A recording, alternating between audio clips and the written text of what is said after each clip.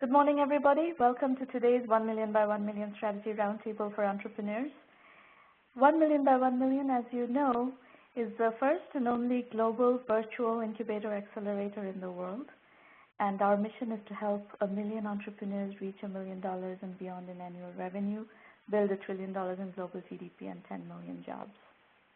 So in the same vein that a Y Combinator takes pride in how exclusive they are and how many entrepreneurs they reject, we take pride in the fact that we don't reject anybody. We are an inclusive program, and as long as you're working within our area of expertise, obviously we do not have unlimited expertise. We do not claim to have unlimited expertise. Our expertise is limited to IT and IT-enabled services. But if you're working within those domains, then it's quite possible that we would be able to help you, and you're most welcome to be part of the program. All right, this is our 226th free roundtable.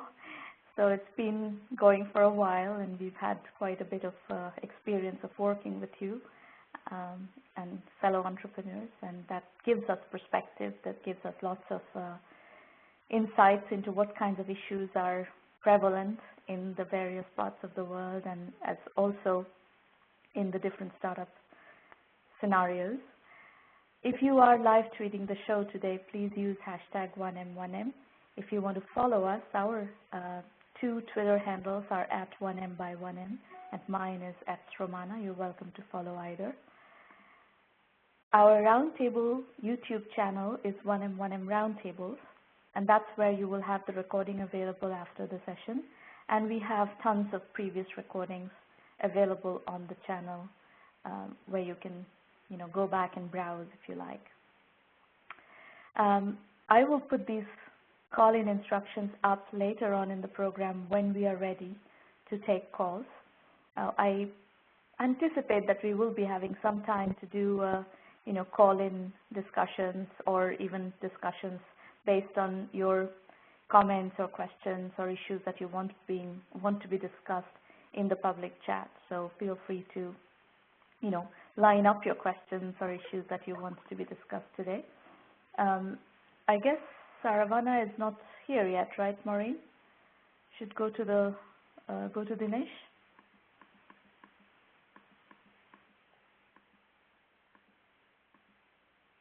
Is that Dinesh's presentation? Dinesh, if you could unmute your line, that would be awesome. Yeah, hi.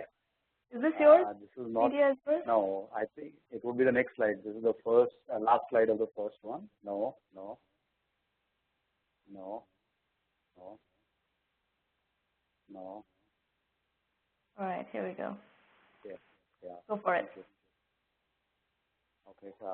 My name is Dinesh Goyal. Thanks, Ramana, for having me and giving me an opportunity to pitch. Okay. I started this startup a year back. The company's name is Local Retail, and our pitch line is the local retailers. We want to get them online, where they can, show their products to people on the net and on the mobile, and they can buy it online. So that's the basic premises of the whole business as such. Is the local retailer in and around you is online, and we are trying to get him online. So this is the business model. Next slide, please. Okay. Our website, the beta website name is 4ht.in. 4ht means 4 hours delivery. We are promising 4 hours delivery, delivery of products and services within 4 hours in and around your local area. So a local area would normally mean a 10-kilometer radius from your office or your home. How we are going to do this is we are going to approach markets and malls here in India. We're going to ask them to ask their retailers, constituents to subscribe to our e-commerce site. Now, the e-commerce site we are going to build for the retailers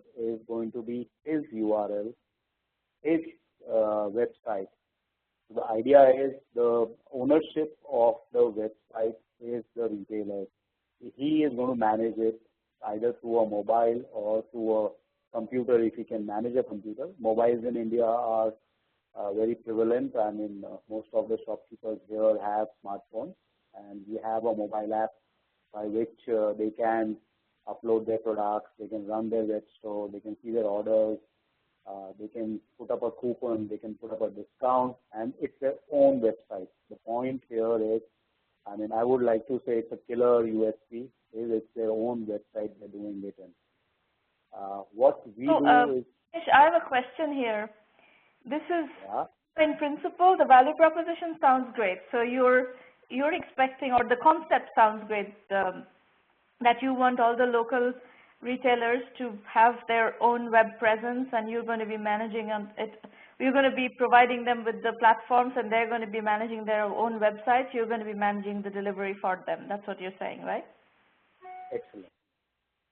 So the trick here, however, is to figure out what is it going to take to sell to these local retailers.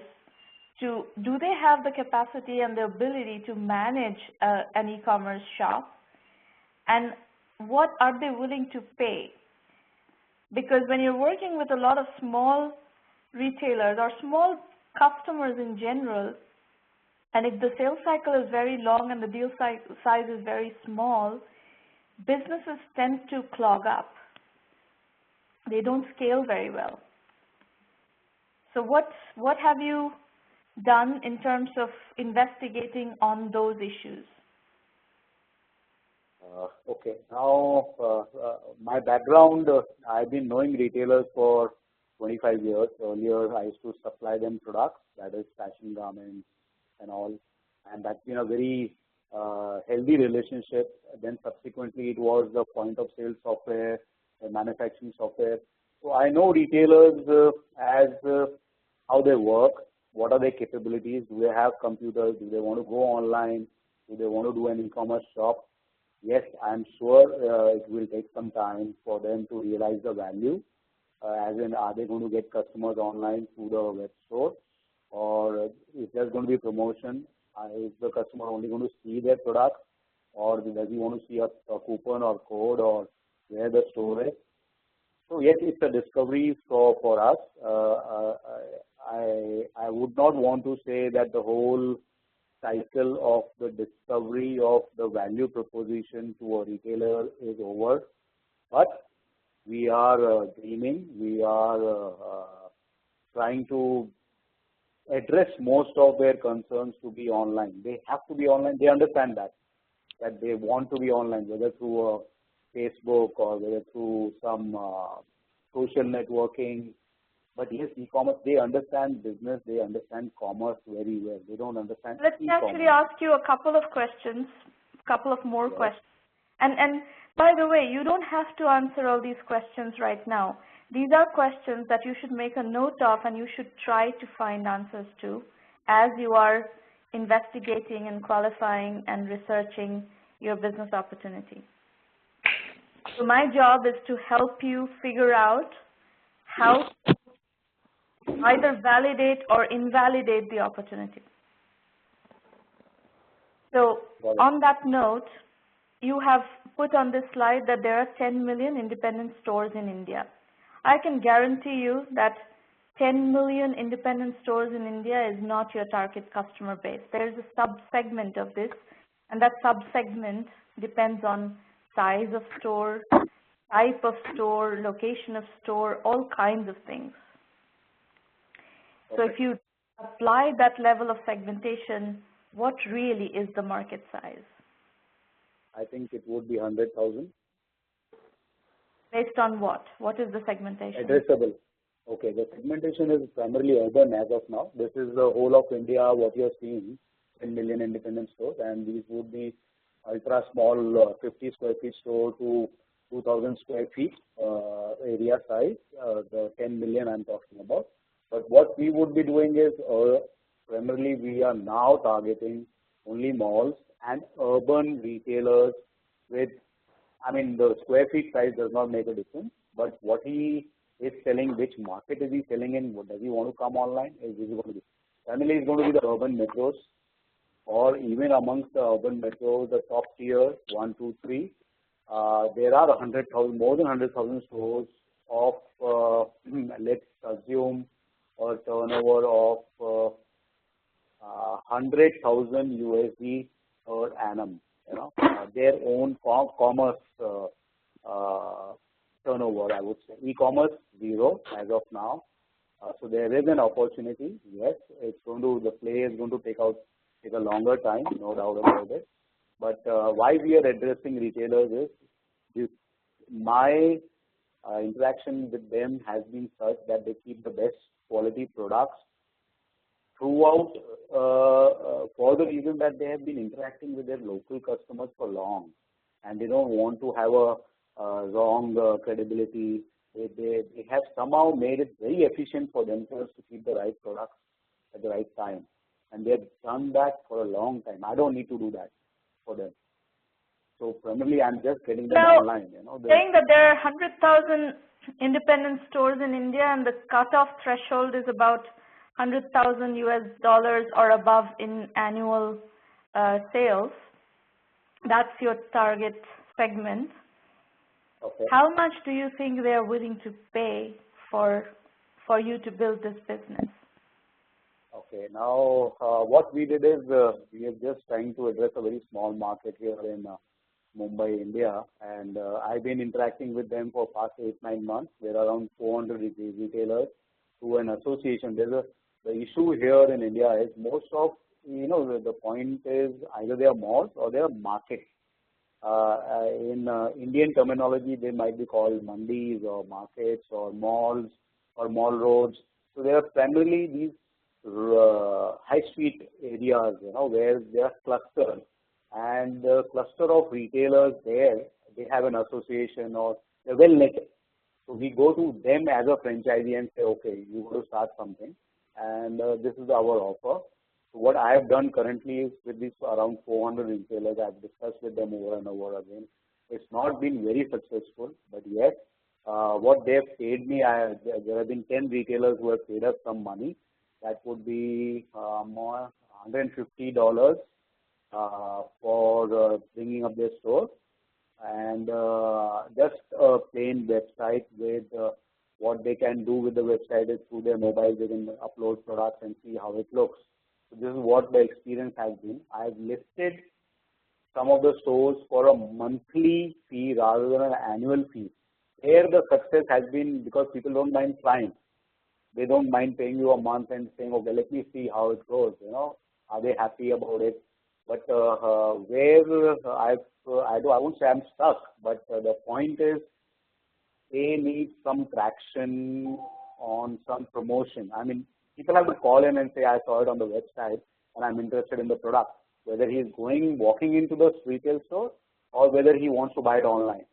So that cycle until it does not happen for us. The issue I can see is that they don't have pictures of their product, they don't have a catalog set up, they don't have the descriptions of each of those products. To run an e-commerce store, you need all the photographs and you need all the descriptions of each of the items. You need all the cataloging and categorizing so that a search engine can find it. All of that, it's not just slapping a shopping cart. There's a whole back-end, operational back-end that needs to be handled, which, to be perfectly honest with you, the only way you were actually going to be successful in getting them to move is if you take care of all of that.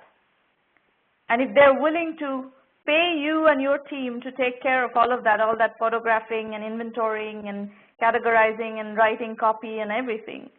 If not, they do not have, operationally, they don't know how to run a catalog business.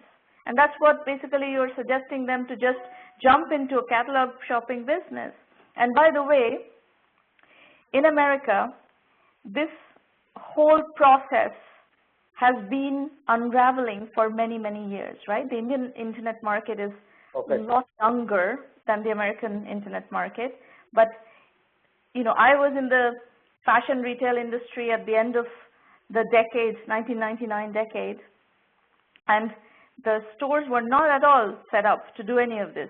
It took them at least until the mid-2000s to start putting together e-commerce operations. Now the market is mature and there's, pretty much all significant retailers are running e-commerce operations. But now we are 20 years into this industry in America. Whereas India, I would say the e-commerce industry in India is just about, 4 or 5 years old. There was a little bit in the 2007 to 2010 period, but really it started to kind of find a little bit of a stride from around 2010. So we're just 4 or 5 years into this market, and it's a very slow market. So the problem that you're going to face is that they are just not going to be able to do all these things that you are assuming they will be able to do on their own. However, the discussion you may want to have with them is, would they be interested in doing this if you and your team take care of all these pieces of how to set up a catalog, how to take photographs and categorize them and write the copy and all of that stuff? And what are they willing to pay you for doing that? Perfect. Now, I have a buy model in this business. Buy model as in we have something called local retail and something that's called 4HT. Now, what local retail has been doing is building the e-commerce site and taking subscription money. That's a business model from retail stores. So probably he wants to be on Facebook, or he wants to have an e-commerce store. He wants to have his own website. And you're very, very right that some of the retailers, I would say very good ones, have said, please handle the business for us. We don't mind. You upload, you do that. Perfect. You hit it right. And I'm happy, that you just said the right thing. But what we have also seen is these retailers run their own business well. They know what they're keeping. I just understand that they don't know English well to type a category, to type a description, but they can do it. Now, yes, it may be a matter of a period of time that it will take them to get up to speed, but that period of time, make no mistake, can be 2 to 3 years. Okay, it will be more. 5 years. I have taken it. To withstand that kind of sales cycle. I know, but what I've seen China. I'm just sharing off the cuff. China is a very different market. Very different. I agree, but 10 years. Deep that user market. No, yeah, I've seen the growth of Tmall. Earlier, it was so crappy. People used to just put up products with no information at all, just a picture. I'm talking about 2003, 2004, and that was amazing. Just that the push from the lower is so big. The population push, mobile phone push is so huge that is wiping any preconceived notions I had of a cataloging. US has been doing cataloging for the last 150 years. Catalog sales started in the US. That was actually an advantage that the US market has, that the catalog industry existed. In India, there is no catalog industry. Nothing, zero. So maybe we'll get that advantage also. But I'm looking at China, It's pure crap, but huge business, huge. Whenever I go on to Tmall, I say, how can these guys do business? But they're doing $200 billion here. So maybe, 5 years, I'm willing to put in my, bit.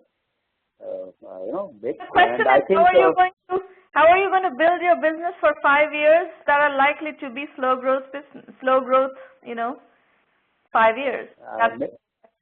Maybe Shramana is going to help me, or there are going to be people who are looking long term and saying, yes, there is a great opportunity. It needs to be built up. There has to be a slow start. Yes, this is the right opportunity because already the logistics is handled. The goods have reached you. They are in your local store. But you don't know. India has so many retailers, it's amazing. You just don't know what your store is offering you. So probably that's the larger premise. We need to work very small and focus and try to here's my take. E-commerce in India is going to happen. Sooner or later it's going to happen. It has taken longer than I actually thought it would happen sooner. But at this point, given the amount of investment that is going in from $1 billion here and $2 billion there, Amazon is 2 billion, Flipkart is putting in 1 billion. The Indian consumer is going to get trained. The awareness of e-commerce is going to go up significantly. So the market is going to accelerate. The question is, to what extent are these SMEs going to catch up, and how long does it take them to then, get to the next level?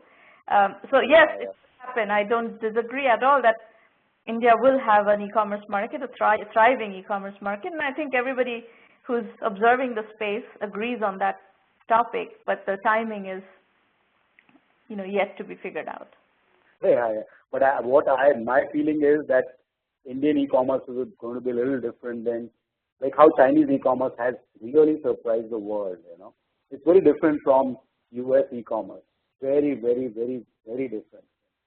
Alibaba, how it started. I used to list my products in '99. Hold on, Dinesh.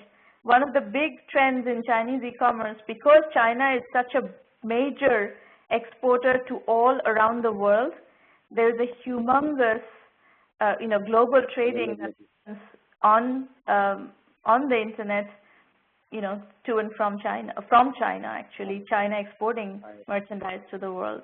That has also been a very big market. So they have products, they have a local domestic manufacturing base to put the products out. India imports a lot from the world and then sells here. I agree about that. But somehow I still feel everything is set. It's just a matter of a little time and good business models to push it. And there's a hunger here because we are in that bracket of 15 to 25-year-old people on mobiles. They want to do everything on the mobile.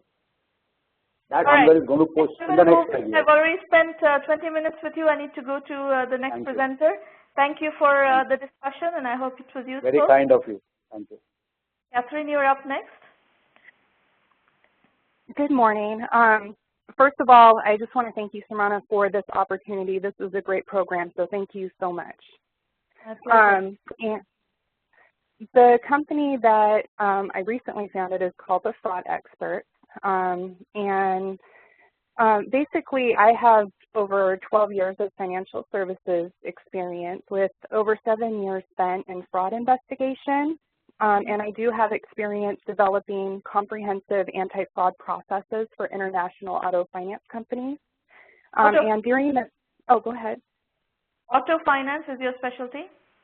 It is my specialty. However, much of the crime and the perpetrators that are, pulling off these scams in auto finance are crossing over into many other industries. And during my time as an investigator and building processes for these companies, I recognized that there is a great need for overall fraud awareness. And based upon that need that I identified, the Fraud Experts was born. And we basically went active in June, towards the end of June of this year. I have many, go ahead.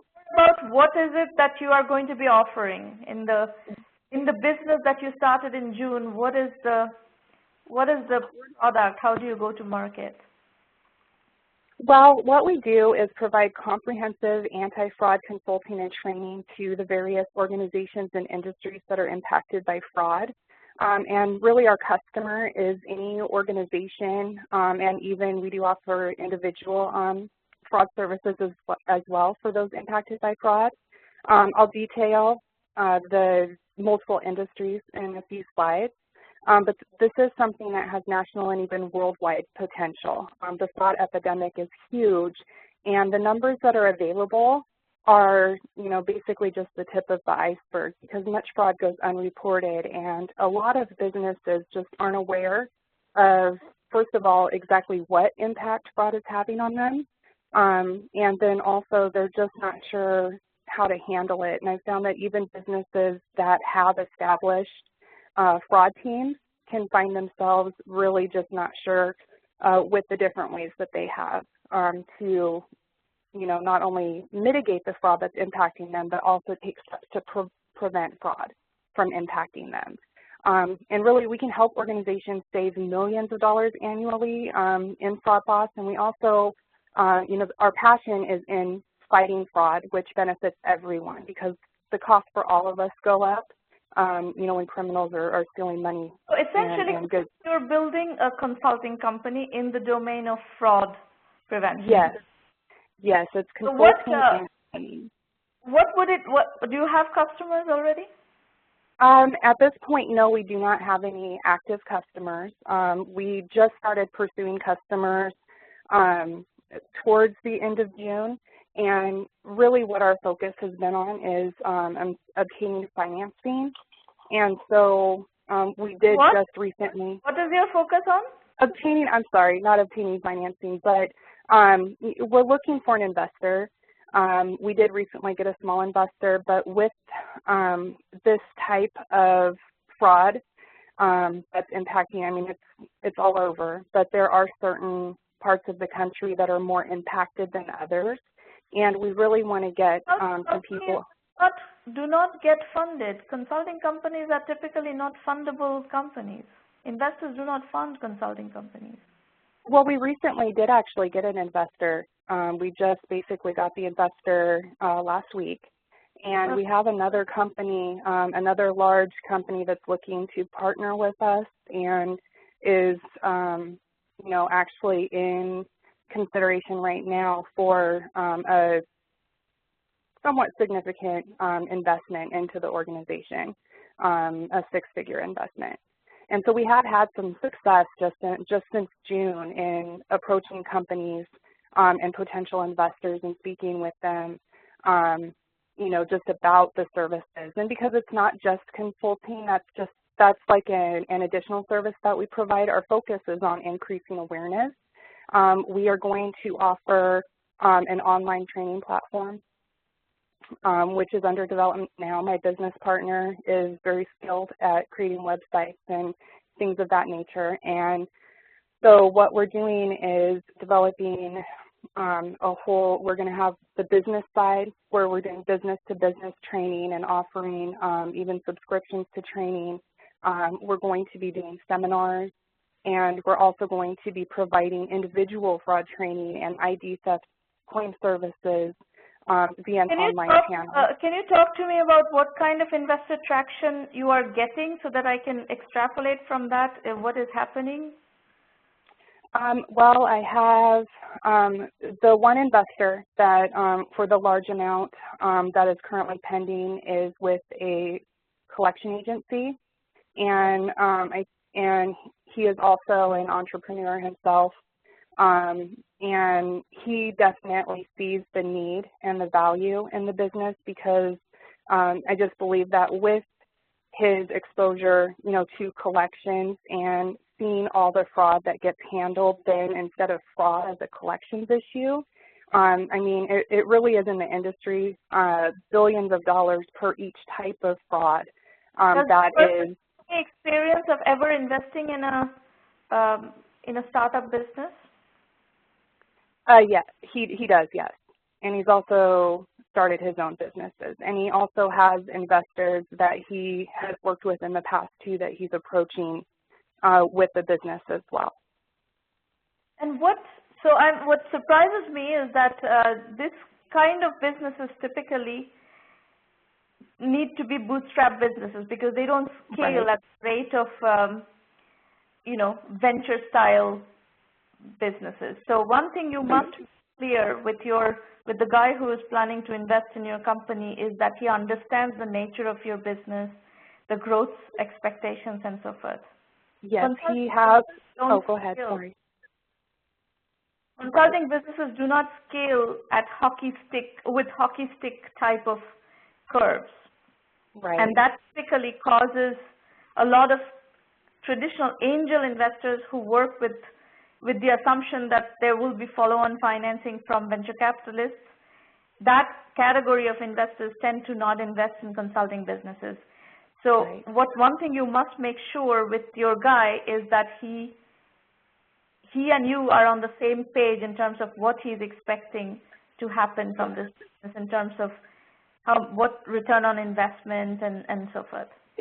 Yes, we definitely have had those discussions, and he has a copy of my detailed business plan and has said he's quite impressed. And I think that one thing that is different with this business than the others that are out there is that there really is no market presence, and the need for it is so significant.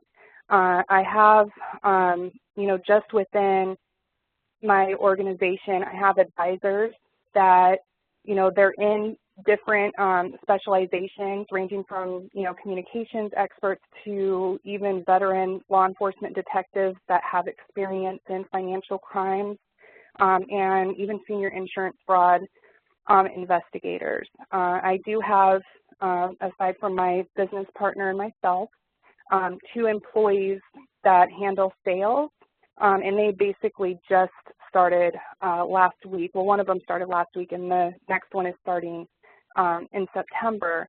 But they not only have a history of exceptional sales experience, but they've also been fraud investigators and exposed to the financial services industry. And these employees are also very, passionate and driven about the company, and have been heavily involved in assisting with the business plan. And I continue to receive inquiries from interested parties, many people who are even just simply offering to help because they recognize just the need of these types of services in the industry.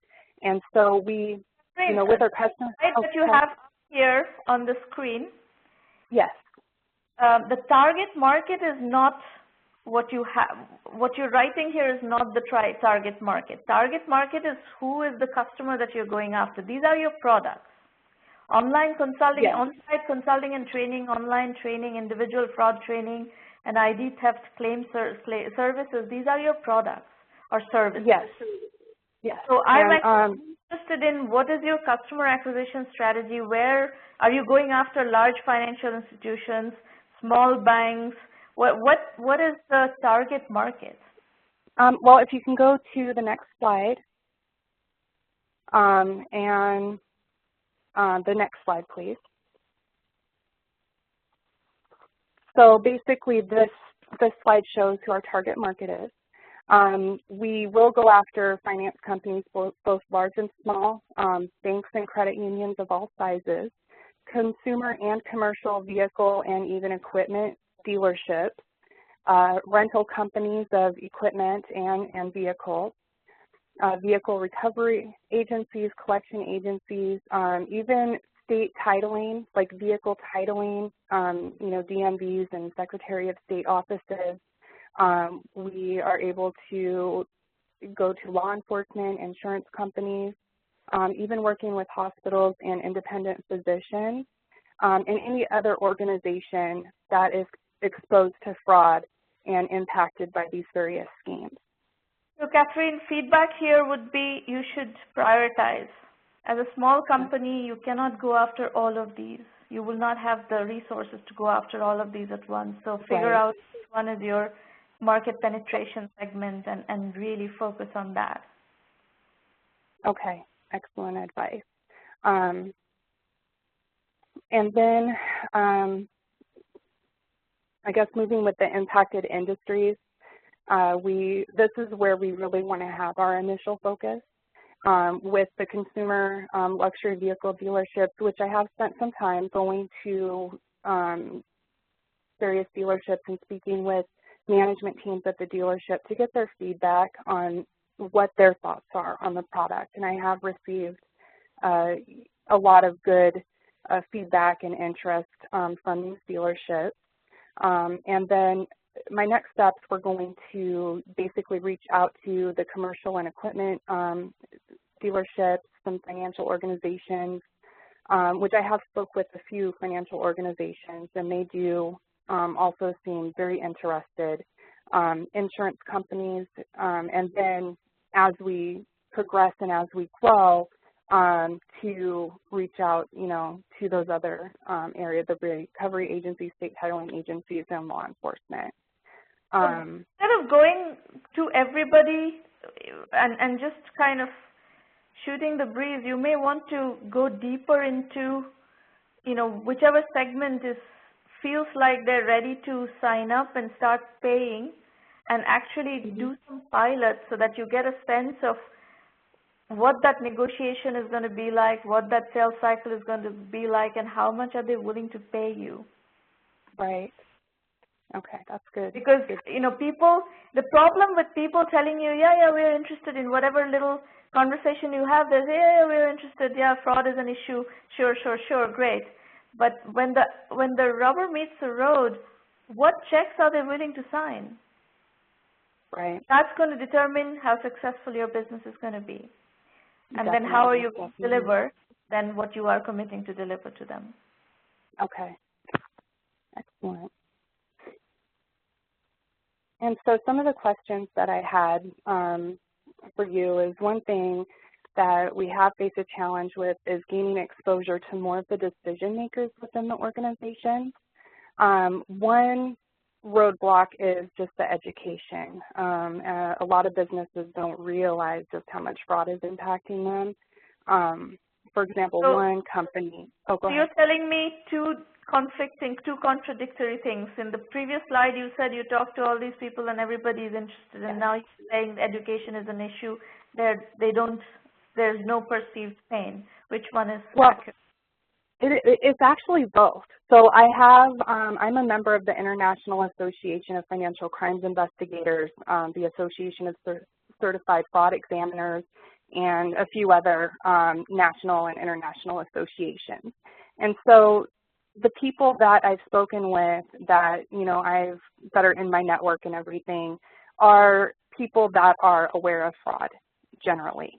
And then I have spoken, you know, I've had a few speaking engagements. This is very random. This is exactly what you shouldn't be doing. It should be going after companies and the decision makers within those companies who are either going to buy your service or not going to buy your service, and you need to find out one way or the other whether they're interested or not. Right. And well, how does go ahead. Talking to random crime investigators is not market validation. Yes, that is. It has been. And the go-to-market strategy is really important. And you know, you're telling me that potential investors and clients are all ready to sign big checks, and now they're asking for statistics. I think what they're looking for is, how does this business get built? That's what they're looking for. And so far, the presentation that you've made, I have no idea how this business is getting built. What are the metrics of the business? If you were to ask me for investment, I have no information here to make a decision on investment. Right. Okay.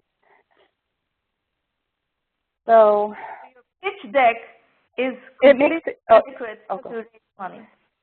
Yeah, it has been a challenge just with the fact that a lot of the companies that are victims of fraud, they don't want to put their numbers out there of what they've lost. And there's the privacy. That's what investors are looking for. The investors are looking for how this business is going to get built. And that's what they're looking for. Right. Okay, I understand what you're saying. We do have a significant and comprehensive business plan that does detail much of that information, the skills of the individuals that are involved, and each step that we, you know, have, as well as, you know, what our objectives are, milestones, and things of that nature. And we do have our forecasting done. So, yeah, we do have some of it, but, you know, definitely it's something that. And what is it? What investors telling you that this is not adequate? What you have is not adequate? What are they telling you? What are you missing? What was that question? Where was that question coming from? They actually want, I've been asked for specific numbers, like to provide specific numbers of loss that a certain industry is having. So say in identity theft, how much is being lost? And I had a slide previously that had 24 billion as being from 2012, what people lost because of identity theft alone. But with that, I mean, that's a significant number in and of itself, but that's just the tip of the iceberg, since there's a lot of ID theft that doesn't go reported, and that's what I'm trying to validate or try to overcome. My knowledge of how to raise money says that that number is not what investors are looking for. And one of two things is happening. Either your investors don't know what they're doing, or you are misunderstanding what they're asking for. I don't know which one is the case because I haven't talked to your investors. But I don't, something doesn't compute for me here. Okay. So I you may want to get precise on what is it that they're looking for. Okay. And if in the event that these investors have not done this before, then it could very well be that they just don't know what they're doing or what they're looking for. Okay. That could also be the case. There are a lot of people, that are kind of pretending to be angel investors these days in the market. This is part of the problem of the industry. Entrepreneurship has become very sexy these days. There was a time when entrepreneurship was not so sexy. Nowadays, entrepreneurship is very sexy. Everybody wants to be an angel investor. Everybody pretends to be an angel investor, and they waste a lot of time, and then nothing happens. Part of it is because they don't really know how to invest in companies. Right. Okay. So that's basically, on what you've told me, that's what worries me. Okay. Well, I guess I will do some more research and answer those questions that you have, which are great questions, and I really appreciate the feedback. You're welcome. All right, folks, I know some of you would like to call in, so let me spend a few minutes explaining to you how the 1M1M program works, and then we'll open up the line and have conversations about whatever subjects that you want to talk about.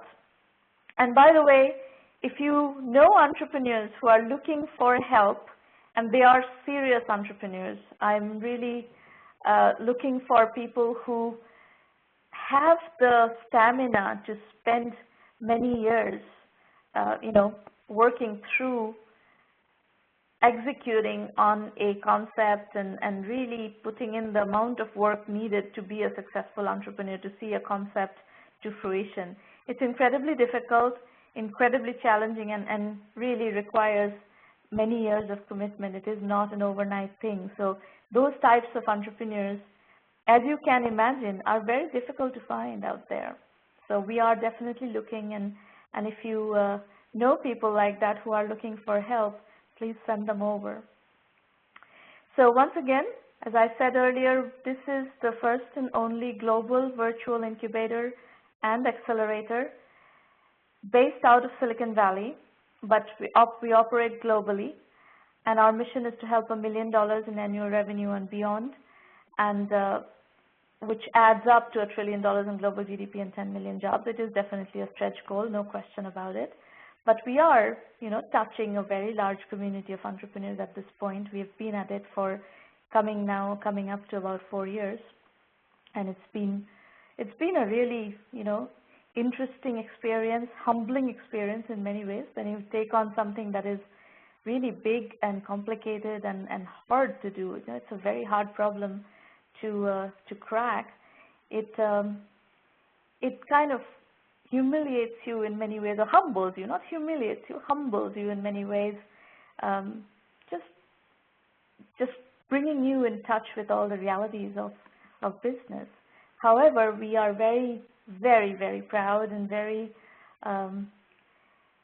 rewarded in being able to do this work with entrepreneurs on a regular basis, and being able to add value to the journeys of many, many entrepreneurs in many different corners of the world, and it's been very satisfying in that sense. So here are the resources that you can access. We have a blog series, and as we were discussing earlier, it's out there, it's free, it's chock full of really powerful levels of information, both in terms of depth and insights, and please feel free to use it as much as you want to. We also have the Entrepreneur Journeys book series, of which we've published 8 volumes so far, and a 9th volume comes out. Actually, 9th, 10th, 11th, and 12th volumes are all lined up for the next 4 or 5 months. September, October, November, we're going to have a volume per month, and then in January, we're going to have a big unicorn series volume. So basically, these are stories of how entrepreneurs have been building companies, and and they simulate the experience of yours sitting down with a dozen of these entrepreneurs per volume. Is some number of entrepreneurs per volume. Let's say you get the opportunity to sit down and have a cup of coffee for an hour and discuss how they have succeeded and what lessons are they offering. What can you learn from their experience? It's a very unique way of looking at learning, you know. Because if I told you that I'm going to teach you everything, and you know, everything, all the material that you're going to learn in these books or in the 1M1M program is going to come from Shromana and the 1M1M team, I just don't think it would be credible. Because there is an incredible repository of tribal knowledge that is floating in the heads of successful entrepreneurs all over the world. And there has never been any significant effort to institutionalize that knowledge so that entrepreneurs all over the world can access that knowledge. You will not, more often than not, you will not have the privilege of sitting down with a very successful entrepreneur in your industry and learn from them. You just don't have that kind of access. So what we've done is try to simulate that experience, and I believe from what I hear from the people who are using the material, I think we have succeeded in making that experience available to entrepreneurs all over the world who are trying to learn. So the book series is a first, you know, level kind of entry into that that way of thinking, and each book addresses a specific topic and goes deep into that topic. And then, you know, the 1M1M program itself has a much more full-blown version of this. So this is what the site looks like. It is where everything is located. We have these roundtables, these free roundtables, every Thursday, almost every Thursday. We don't have one next week, but we'll be back here the week after. And we've had, you know, this is our 226th session, so it's been around for a while. Actually, we are kind of approaching 25,000 people who have attended these roundtables at this point. So it's been a pretty, you know, active forum.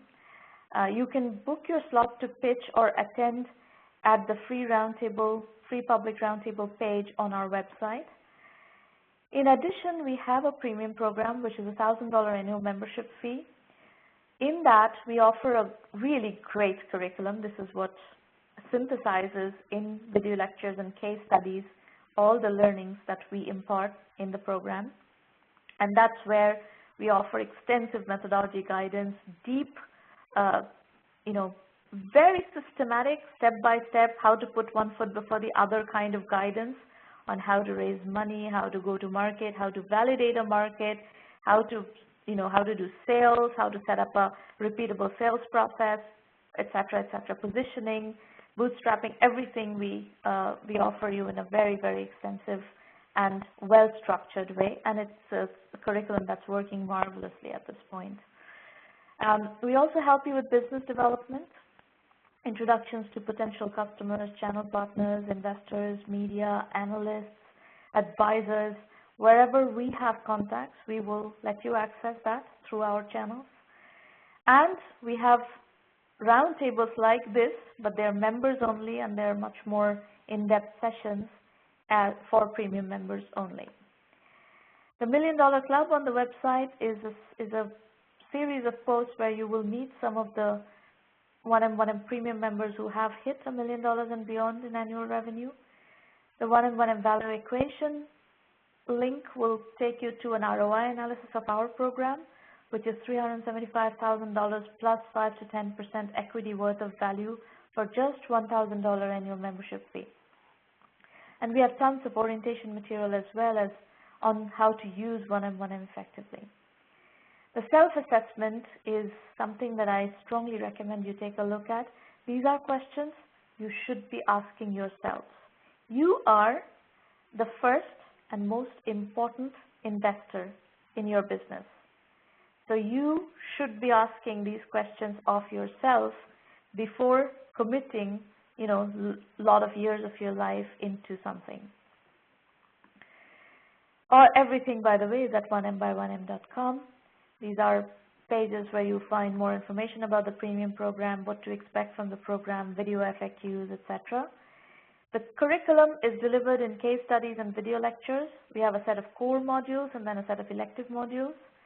The core modules are bootstrapping, positioning, market sizing, customer validation, financing, customer acquisition, and team building.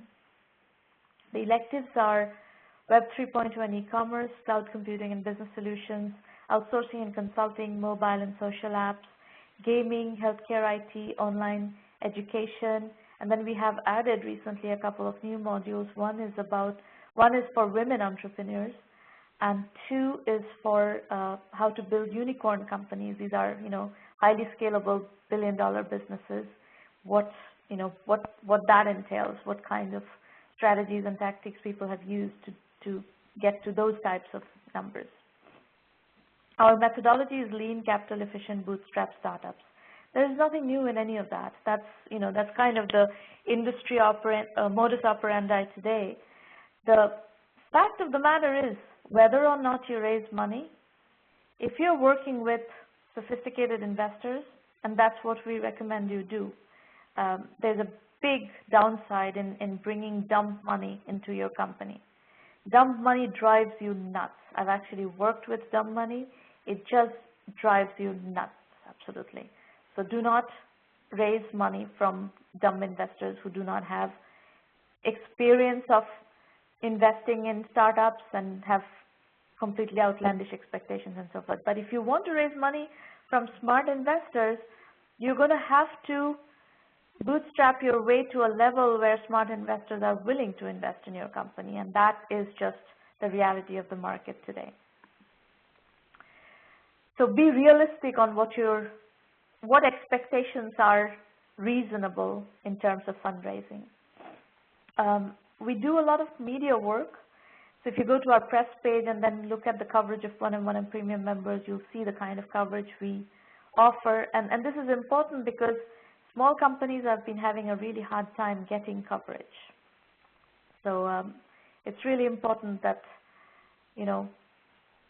that you get coverage, because people need to know that you exist and this is the product or service that you offer, and that's something that needs to go out there so that you can start gathering social proof around your business and your ideas. We also have a substantial social media channel, Twitter, Facebook, LinkedIn, and blog, and we give you access to promote through those channels as well. This is our blog, and we will feature you on the blog. We have an affiliate program, so those of you who are in the business of entrepreneurship development or an entrepreneurship media company, if you would like to partner with us, you're very welcome to do that. We pay 10% affiliate commission. And then here's the roster of the upcoming free roundtables.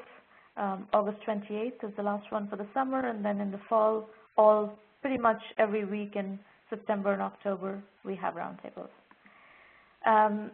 Vision India 2020 is a book that we published a little while ago, actually, about 4 years ago. It's got $45 billion business ideas focused on emerging markets mostly. It uses India as the main market, but it applies actually to a lot of the emerging markets, Africa, East Asia, Latin America, all of those would work. So if you're still looking for an idea to work on, you can use that as an ideation exercise. We have a program called the 1M1M Incubator in a Box, and this is something that a bunch of our partners are using to either launch their own incubators or accelerators, or to expand their incubation acceleration capabilities. So if that's your vantage point, you're very welcome to reach out to partner on that. These are some of our recent books, and here are the call-in instructions for those who want to call in.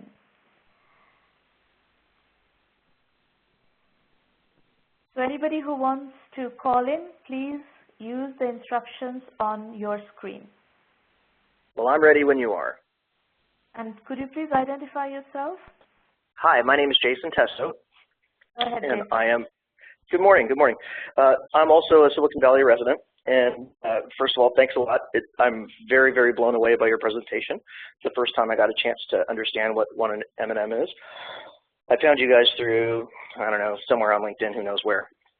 And what my question is, or maybe my comment is, I can tell that you guys put a lot of time and effort into thinking about this, and I'm looking forward to reading most of it, or all of it, and do what I can to integrate it into my own business ideas.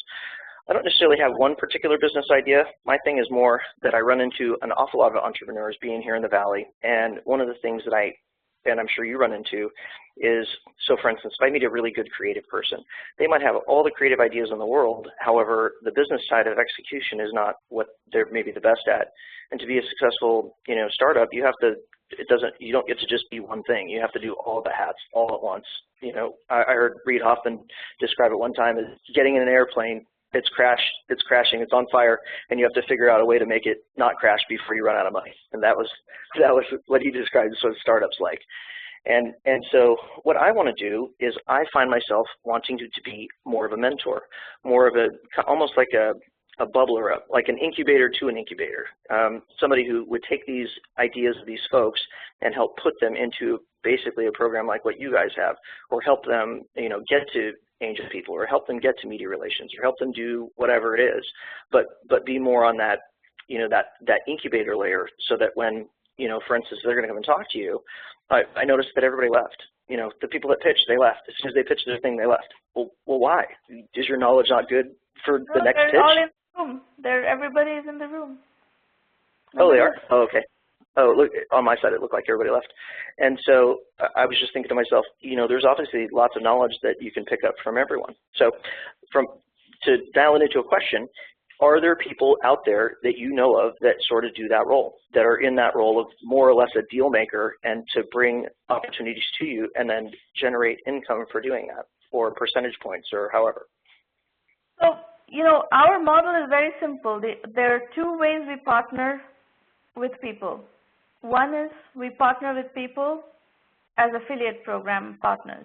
So we offer 10% affiliate fee to people who bring, entrepreneurs to us, who become members, and we are happy to work with you in that model, and we do have partners like that. And then we have Incubator in a Box, where we have partners who run incubators using our platform as the base, and then they build on top of that. So we have major corporations who are working with us in that mode. And the model there is they buy basically chunks of 1M1M scholarships, 1M1M memberships, and then they give those out to scholarships to the entrepreneurs or intrapreneurs that they want to incubate in the 1M1M program. And then beyond that, whatever other services they want to provide, they provide. So those are the only two models in which we work. Okay. Then I think what my model needs to be is I just need to be the pitch man for all of these different companies. So maybe you'll just see me every Thursday with a new company. What do you think?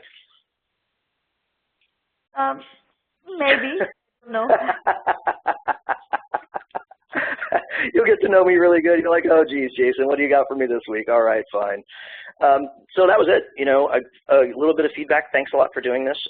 This is some information, and just for instance, the 10 steps that I read last night, just to get you, framework around, hey, have these questions answered before you get to the, get to the table to ask you. So thanks. Good. Very good. All right. Is there anybody else on the line waiting to talk? Is Summer Singla dialing in?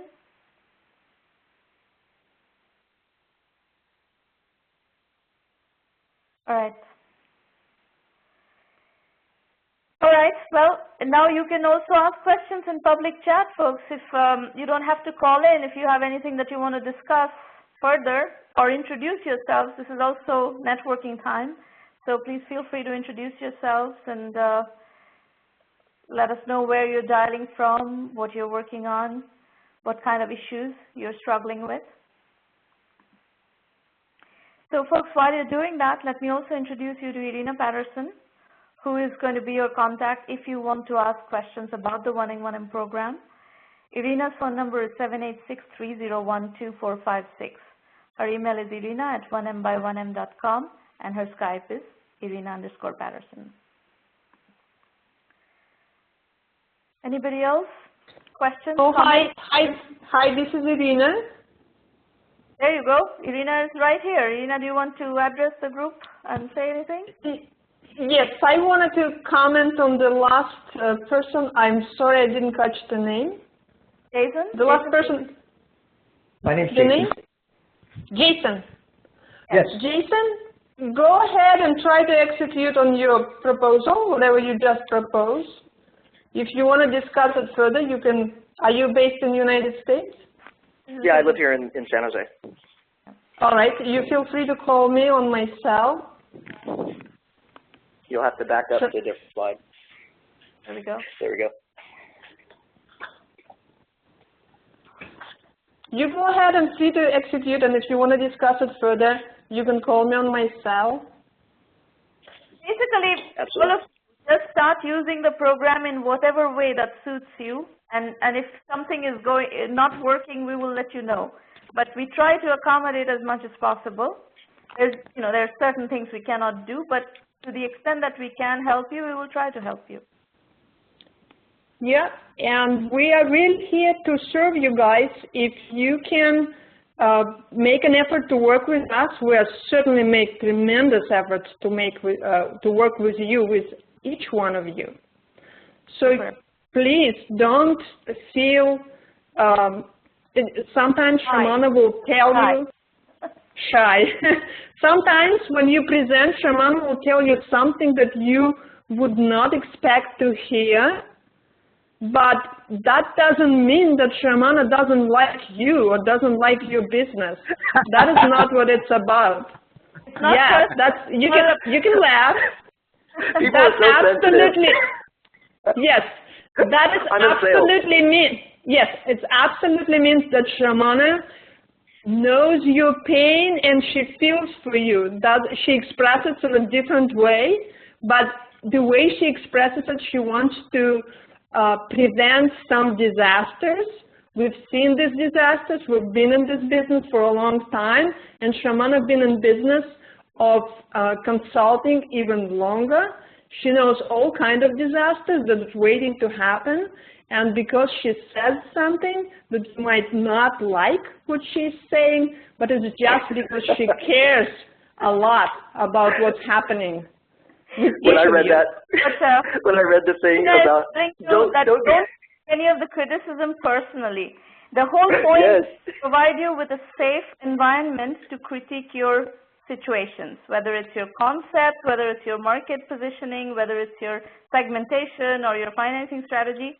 This is a safe place to strategize. That's what this is. So treat it as such.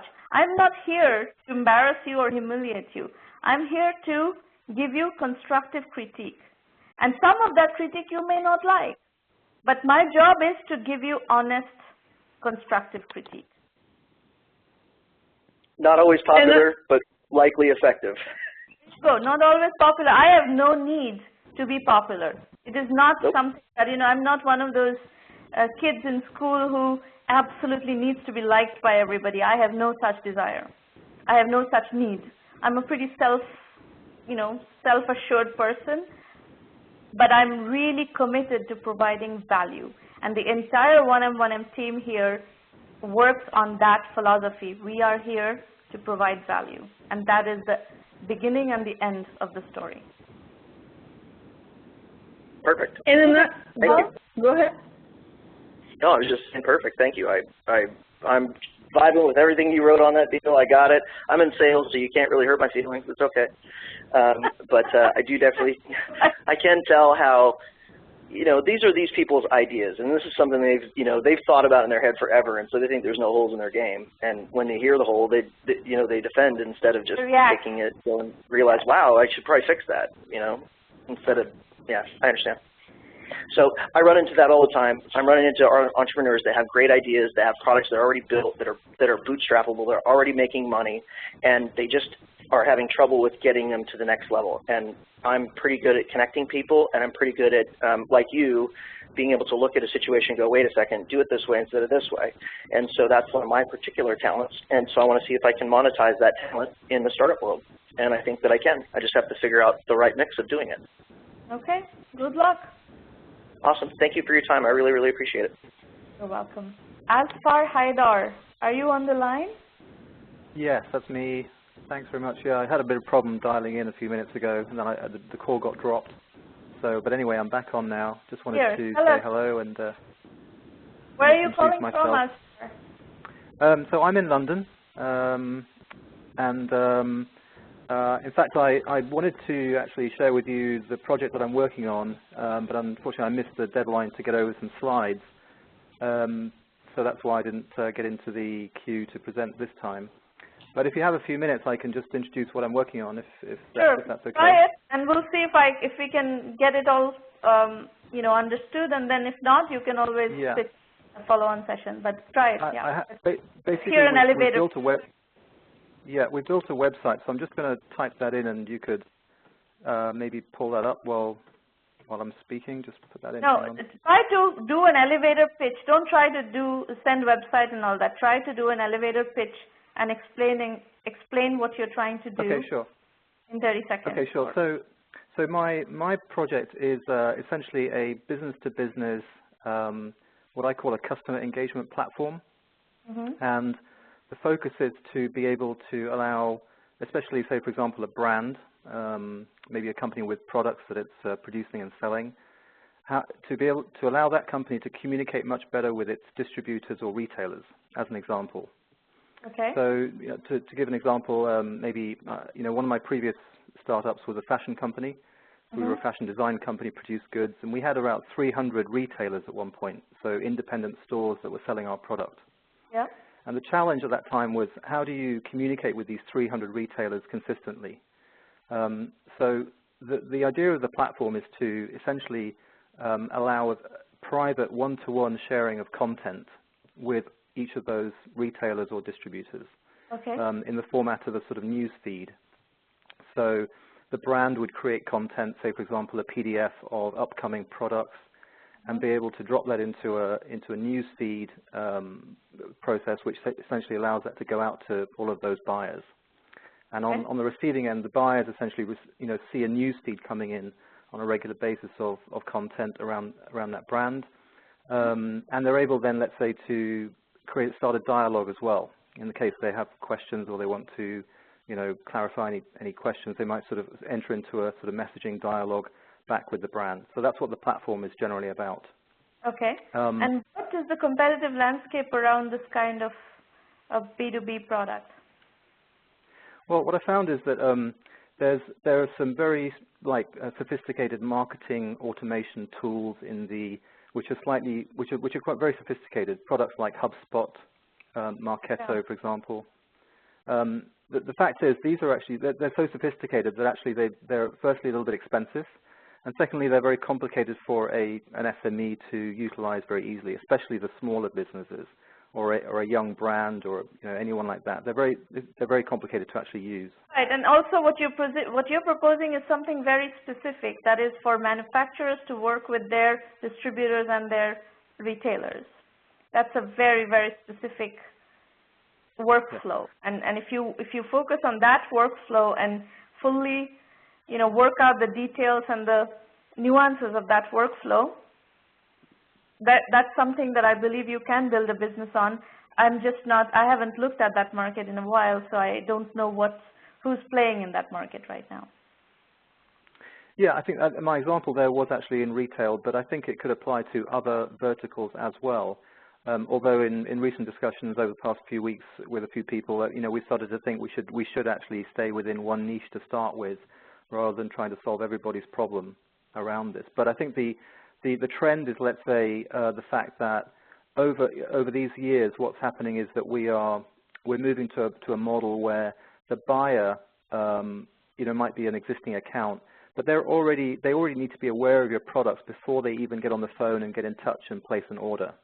This whole concept of showrooming. People are much more aware of your products, so they need to be updated with details about your products much before a salesperson might get on the phone to sell new products or upsell. So I've described the situation in retail, but it could also apply, let's say, to, we also consider maybe a similar situation might occur, let's say, with in the healthcare industry with consultants who might have to sort of send out information to a community of, let's say, 50 or so individuals around who they might work with on occasion. So they have a lot of content that they want to share, but actually they want to share this content privately rather than post it out onto public forums like LinkedIn. Well, what I'm saying is there is a company, I just remembered a company that I spoke with that actually plays in this space. I cannot remember the name of the company off the top of my head. But when I do the recap, I will try to find that and put that in the recap. You can look it up there. But I have seen at least one company in that space which tells me there's probably another, few companies doing that. So the reason I draw your attention or ask you to focus on figuring out what the competition is like is that your competition is not HubSpot. Your competition is a software company that is doing precisely what you are proposing to do, and that exists. And you need to figure out who they are. Okay. Yes. Yes. There is one company that comes to mind that I've just looked at recently. It's called RO Innovation, and they have something similar, but I think their focus is a little bit different. It's on winning accounts as opposed to building relationships and allowing a sort of a newsfeed orientation. So they have a slightly different way of maybe delivering the service, but they do play in the same space. That will be true. And in their case, I don't think they're specifically focused on one particular niche, whereas we might decide to go into one particular niche. So yes, I agree. There are companies that are focused on, let's say, a content management system and being able to, allowing the owner of the information control over sending that out in a particular manner, as opposed to, let's say, an email marketing system or HubSpot type thing. That will be true. So anyway, that's the general concept. Yeah, it's worth fleshing out. Surely, go figure out the details and feel free to come by or whatever. If you want to use the program, join the program. Okay, sounds good. Yeah. So actually, the status right now is that we built a website to illustrate the whole concept and present it, and actually became quite a comprehensive website. So the front end is essentially built of this platform, and now the next step would be to build a prototype and get a customer to try it out. So that's kind of where we are with it.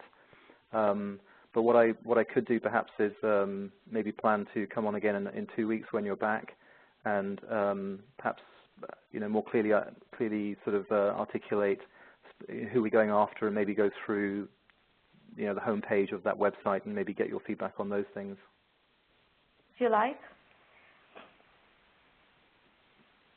I mean, for me, it's also a question of how could you help in this process? Help build the entire business, for absolutely on a granular basis, step by step. So you don't realize how important the positioning is going to be in actually being able to build a repeatable sales cycle. Then we're going to work with you to teach you how to build a repeatable sales cycle and be able to, make sure that you can build a business that generates revenue on an ongoing basis. So, every piece of it, and wherever we can make connections that would help you, on business development, channel, whatever. I mean, we'll basically put the whole, I just went through the whole program, how it works for you. If you have further questions, I would like you to contact Irina and talk to her rather than spending more time kind of explaining the one-on-one program here. But we do the soup to nuts process of how to help you build a business. And if you already know how to build a business, then you don't need us. It's that simple. Yeah, I think I would not be I wouldn't want to say that I know exactly how to build any business. So I'm sure there's no question that you'd be able to help enormously in the process. But I think what I could do then, instead of coming back on 2 weeks' time, is I've actually already forwarded some information to Irina. I'll look through your materials again and your presentation here about how you could help. but if through Irina and yourself you could take another look and just to see if this is something, if there are some specific things that you think you could start to help with already, then maybe we can get engaged already in that way. So there is no, we don't deal like that. That's where the program is very clear. The program is what it is. You can talk to Irina and figure out what the program is. You decide whether you want to follow the program or not. That's it. So I'm not going to review your presentation and tell you this is what I can do for you. I'm not going to do selling to recruit you. That's just not part of the sales cycle. I just don't have the time to do that. Okay, I see. So you're talking about the is about all I can afford to do with you. I just don't have the time to do more than that. Okay, fair enough. Well, listen, thanks very much. Just wanted to introduce myself and appreciate your time. I think you have something that is potentially viable. I've seen businesses like that, and you know, the question is how mature is the market, how much competition will you be running into, and all that needs to be figured out and fleshed out. Okay, and if great. there is Thanks a lot again. of competition, then how do you position such that you can actually build a business? Yeah, right. Okay, anybody else? Any other questions, comments, introductions, issues?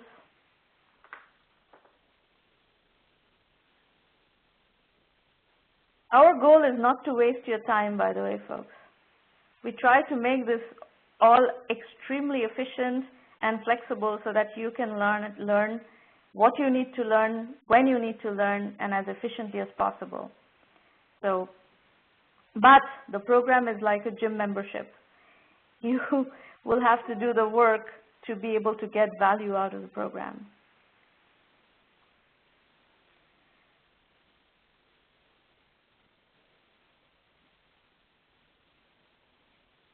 You're welcome, Steve. You have not introduced yourself. Anybody who has not yet introduced himself or herself, please feel free to do that. This is a good time to let us know who you are. There you go, Steve. Please call in. Let me put back the slide up with the numbers. Here we go.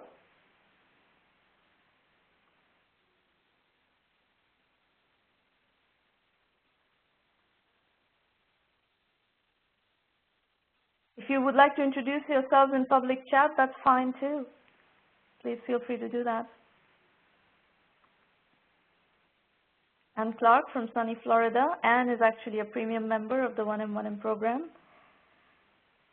And she attends both public and private roundtables on a regular basis, which I think is fabulous.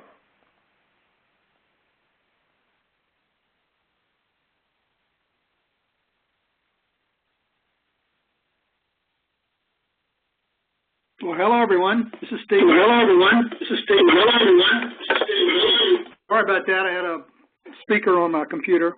Okay. Kind of going crazy. Yeah, I'm Steve Woldridge. My first time listening in on the forum. I've been very impressed. Very interesting hearing the various pitches and concepts. My background is I've been in international finance and business for lots of years. Over the last 3 years, I've started up a consulting business working with people who are interested in getting into business through looking at either structured business opportunities or franchises. So that's what I've been doing quite a bit of here recently. I've got a couple of concepts that I'm developing as well. Go ahead. I'm sorry? Where are you located?